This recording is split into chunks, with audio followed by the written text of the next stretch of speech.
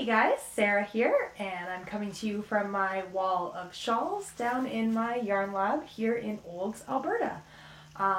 This is episode number 8 of the lab report, which are the sort of longer format podcasts that I like to put out on no particular schedule. The last one was about 6 months ago. But I just got back from Rhinebeck. Scrap that. I got back from Rhinebeck about a week ago, and it's been a crazy week. But I finally am getting around to summarize some of my thoughts and experiences, share what I am currently working on, and what I'll be knitting in the future. So, first off, let's talk about the finished object that I'm wearing. This is the Angelina pullover. You can kind of see in this light that it is a cabled yoke pullover with 3/4 length bell sleeves and an asymmetrical body. This one here is knit from Prairie Dye Studio in their worsted weight base in the My Old Black Powder colorway, which is a colorway that I absolutely adored right from the beginning of finding Melissa, who's the dyer behind Prairie Dye Studio, and actually bought 6 of the skeins used for this sweater. They were in one dye lot. I bought them from the waiting room. I believe it might have been the first hernia surgery that we sat through with our boys. I have 2-year-old twins.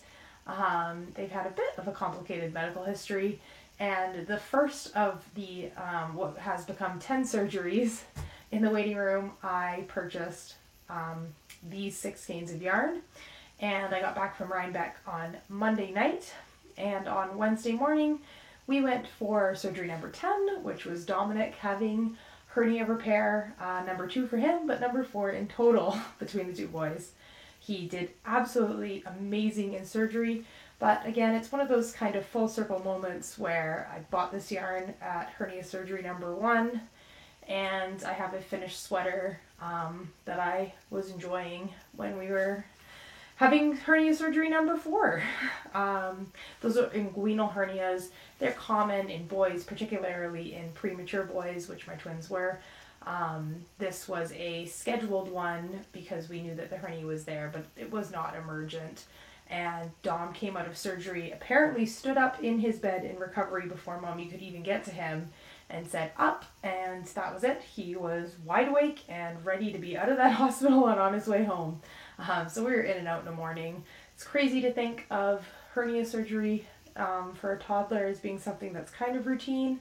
Unfortunately, in our lives, it has been. But the boys are doing super great. The hardest part of the surgery has been trying to keep Dom on restricted activity, which for a 2-year-old boy, the idea that they would have to restrict their climbing, jumping, running, and wrestling with their brother activities is laughable. But we've been trying our best to remind Dom that he should not jump off of the couch because he has a boo-boo right now. Anyways, a little update on our lives, but apart from that, it's been a whirlwind of a week coming back from Rhinebeck, hampered by the fact that everybody in our family is currently fighting a sinus infection that won't give up. It plagued me throughout the 4 days that I was in New York for New York Sheep and Wool. So I'm going to go ahead and cut in here a little bit of footage while I talk. The small amount of footage that I managed to take at New York Sheep and Wool. It was absolutely amazing. I flew in on overnight on the Thursday, intending to make it to Needles Up on the Friday. However, I just, between the cold and the exhaustion of flying overnight, decided to skip it and spend the night knitting and enjoying some sleep uninterrupted by 2-year-olds in a hotel. But showed up bright and early to Rhinebeck day 1, the Saturday, and it was overwhelmingly packed with knitters. I just can't even describe. The lineups for some of the booths were incredibly long, but everyone was super polite, and someone even commented, So for the Mrs. Babs booth, you had to line up out the door in order to pay. Someone commented, how is no one just taking the yarn and walking away? That's the thing about knitters, is you wouldn't need to have security. Everyone just is so eager to support their fellow artisans, that we fill our arms with yarn and then queue up in a line out into the outdoors in order to pay for our goods. I do have a sizable stash acquisition, which I'm going to go through in a separate video. But needless to say, the vendors were amazing. There were tons, like uncountable barn after barn after barn of amazing vendors. Saturday was super busy, in particular because it seems like most of the socializing goes on Saturday. All of the big meetups on the hill happened on Saturday. And I did meet up with a couple of the podcasters that I follow and enjoy, Mina, the Knitting Expat in particular, but not too many people, mainly because I was so congested and so stuffy that I was a little bit shy of chatting with people. But next time I go, I promise I will be a little less introverted and more outgoing. Anyways, the other thing that I particularly enjoyed at Rhinebeck were the animal attractions, if you will. The breed display of sheep was of particular interest, especially because we do aspire to put some sheep on our 4-acre homestead here in Alberta sometime in the, 2 years from now kind of future. The other thing that was super incredible to watch was on Sunday, the Leaping Llamas, Alpacas, and Fiber Goats contest, where they paraded some spectacularly groomed cashmere goats, alpacas, and llamas through one of the barns and had them leap over progressively raised height gates like you would see at a dog jumping show or a horse jumping show. So I'll cut that footage in here and let you enjoy what I found was one of the highlights of New York Sheep Removal.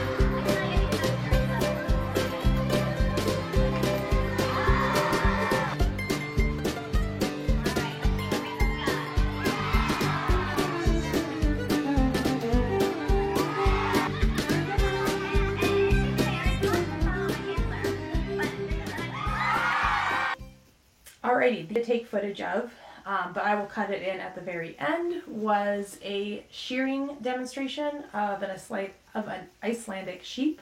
But I'll close out that video. I'll close out this podcast with that video. It's a bit of a longer video, so if you're not interested, I'll save it to the end.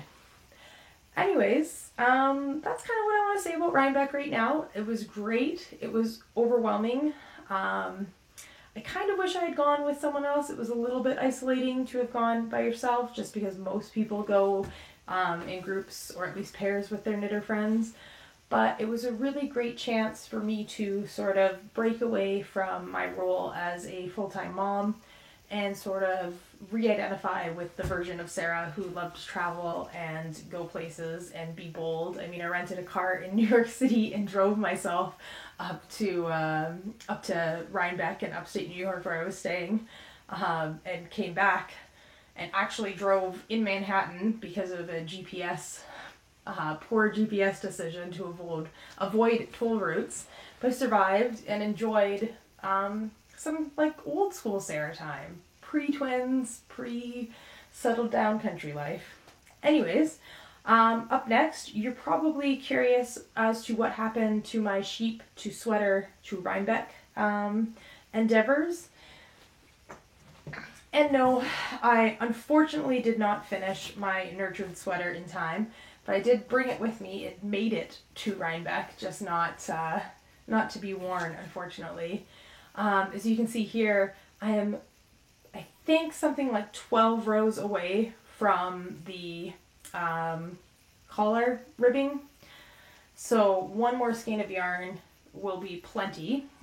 This is the Nurtured Sweater by Andrea Mowry, intended to be knit from Nurtured Yarn, which I believe is a Julie Azalin yarn, but don't quote me right now, it's been a long week.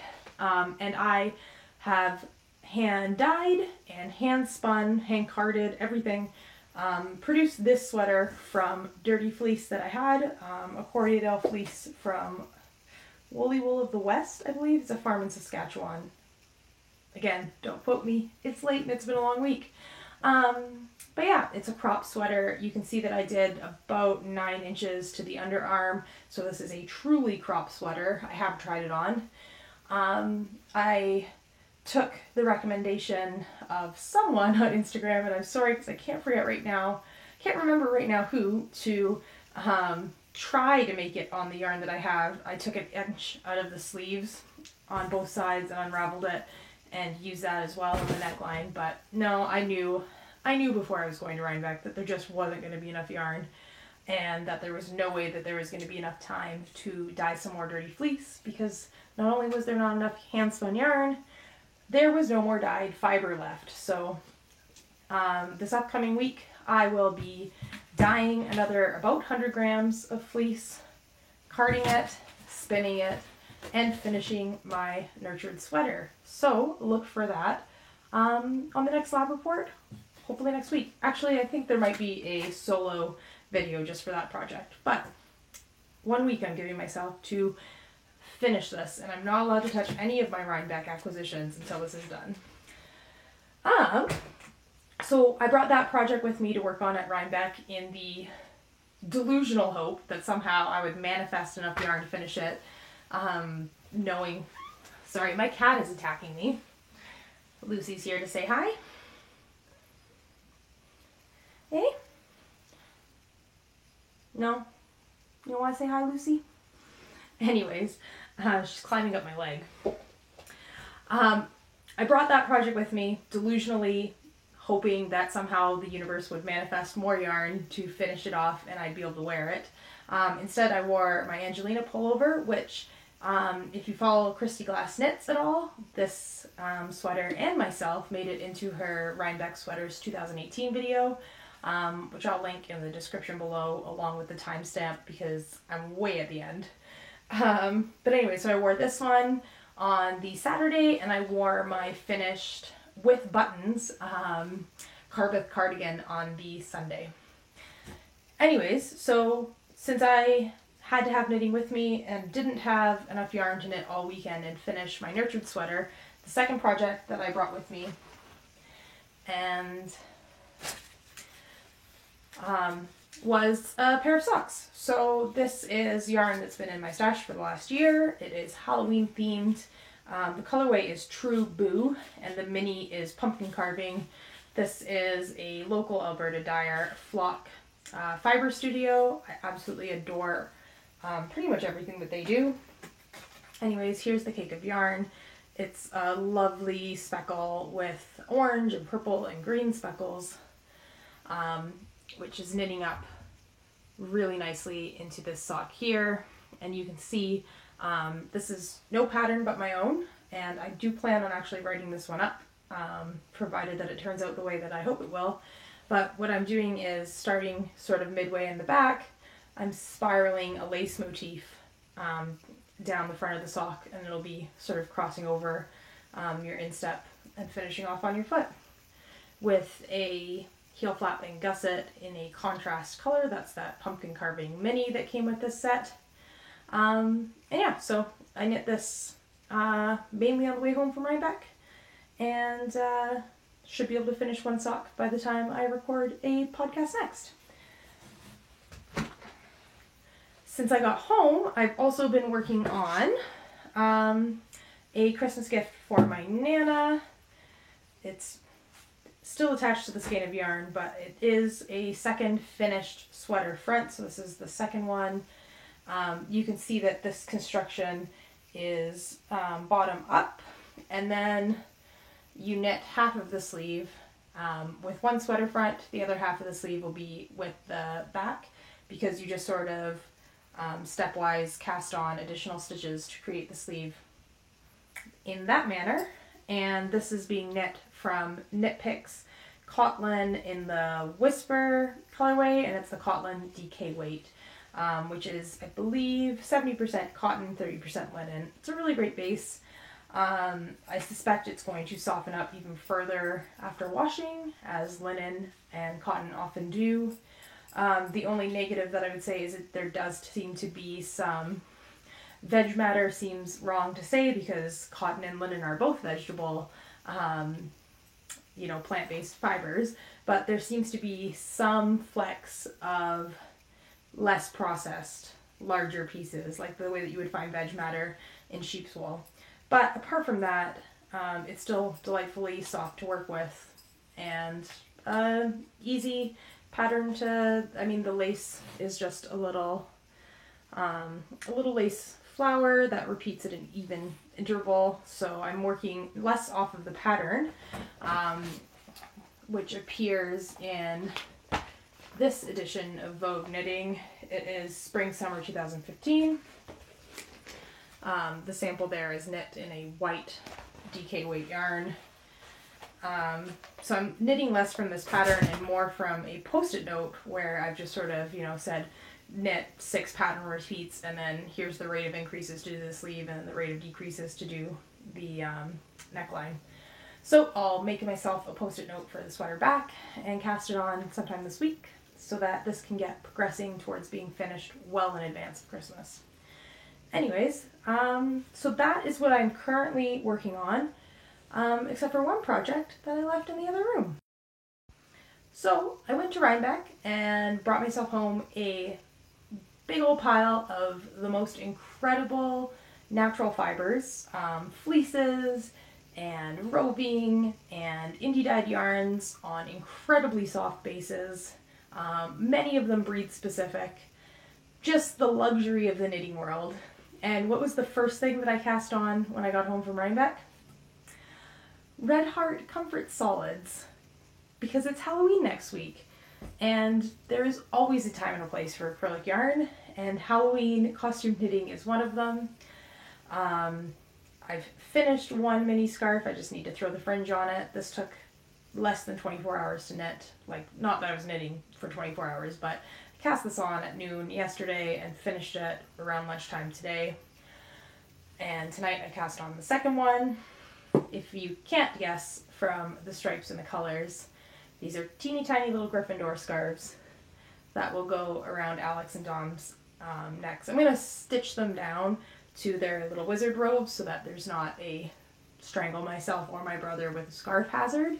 But yeah, so not too many people, I think, come home from Rhinebeck and immediately cast on a Red Heart acrylic project. But it's a week till Halloween and there's a need. It's less than a week today, but when I envisioned what the boys would be for Halloween, it was last Wednesday, a week ago, or a week till Halloween. Anyways, so super fast. If you want any details, I'm using this size wooden needle because the numbers have worn off of them. Ooh, wait. I think they're about 5.5 or 6 millimeter wooden needles, DPNs, because it's faster, in all honesty, when you're doing small circumferences. I do find DPNs much faster than looping magic loop through. 24 stitches in the round, striping every 8 rows to make a mini Gryffindor scarf for 15 stripe sections. So currently working on that as well. Now, I do want to just quickly tell you about what I plan on casting on next. And it's not going to be Rhinebeck yarn, because I have a lot of sweater quantities of yarn at home that aren't Rhinebeck yarn. Anyways, this is what I'm casting on next. This is Cascade 220. It is some green color that is probably numbered 8914 rather than named.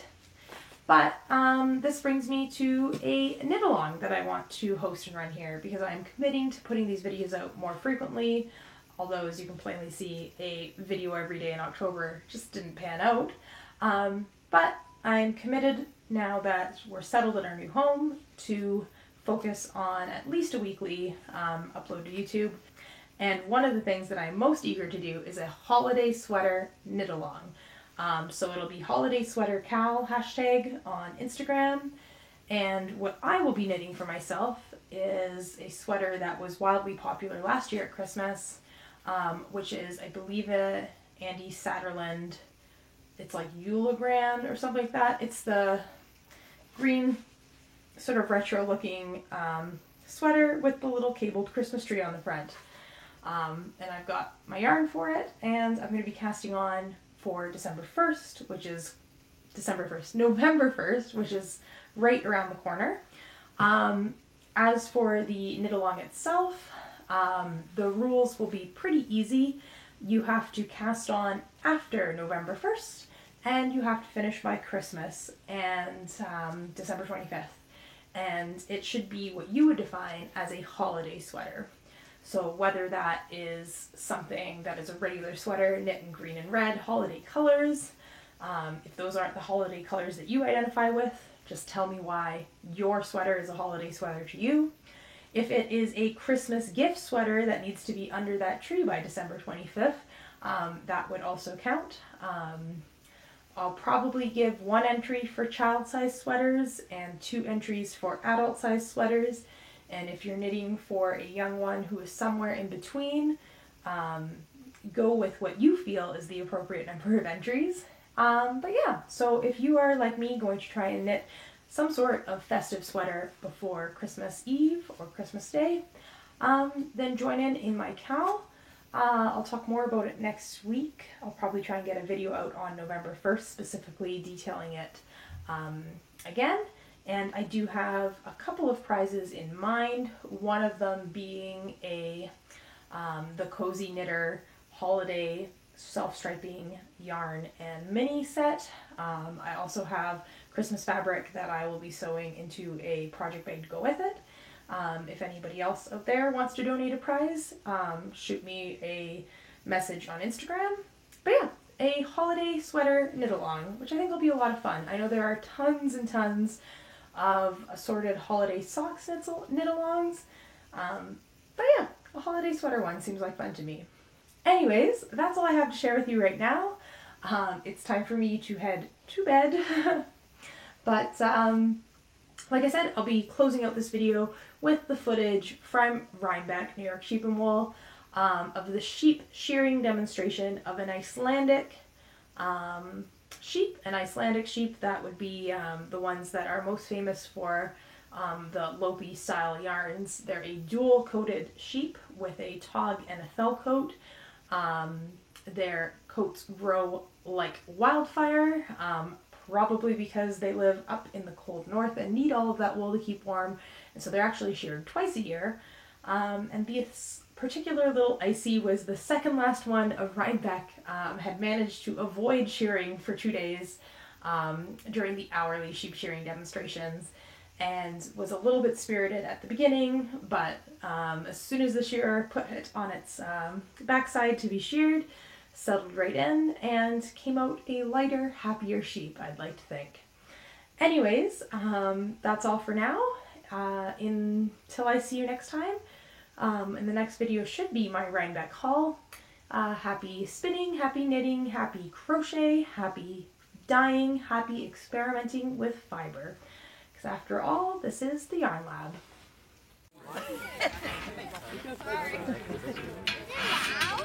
Watch him. He's going to cut that. She's looking forward to this. Yeah. Give him a haircut.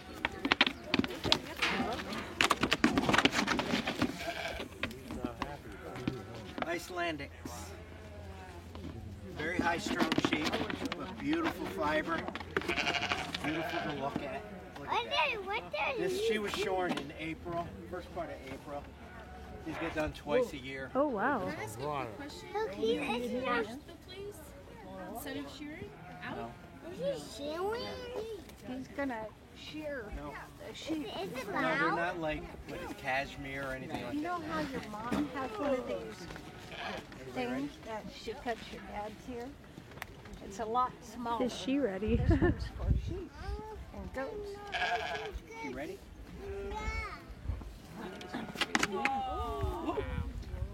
See how strong I was? So, we put them up on their back hip, tuck her in tightly, and she feels secure.